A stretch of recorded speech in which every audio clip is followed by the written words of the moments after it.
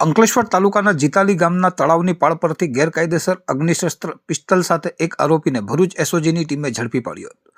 Police અધિક્ષક અક્ષયરાજ ભરૂચનાઓ તરફથી ગેરકાયદેસર અગ્નિશસ્ત્રો અને દારૂગોળાના ઉત્પાદન, સંગ્રહ, હેરાફેરી, વેચાણ જેવી પ્રવૃત્તિઓ પર નિયંત્રણ લાવવા તેમજ આવા ગુનેગારોને ગેરકાયદેસર હથિયારો સાથે પકડી પાડવા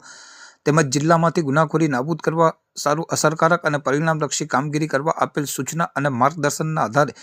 પોલીસ ઇન્સ્પેક્ટર એ ચૌધરી તથા police inspector H Chhaiya SOG Bharuch નાઓને પોતાની ટીમને એટીએસ ચાર્ટર મુજબની કામગીરી તેમજ ગેરકાયદેસર હથિયાર રાખતા ઇસમોને પકડી પાડવા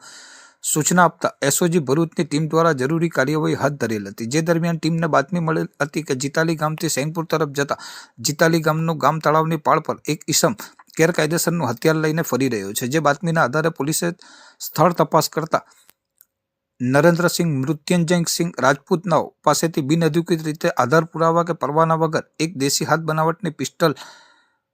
અગ્નિશસ્ત્ર કે જેની આશરે કિંમત ₹10,000 મળી આવતા તેની ધરપકડ કરી વધુ તપાસ અર્થે અંકલેશ્વર રૂરલ પોલીસ સ્ટેશન ખાતે ગુનો નોંધાવી વધુ કાયદાકીય તપાસ હાથ ધરી હતી.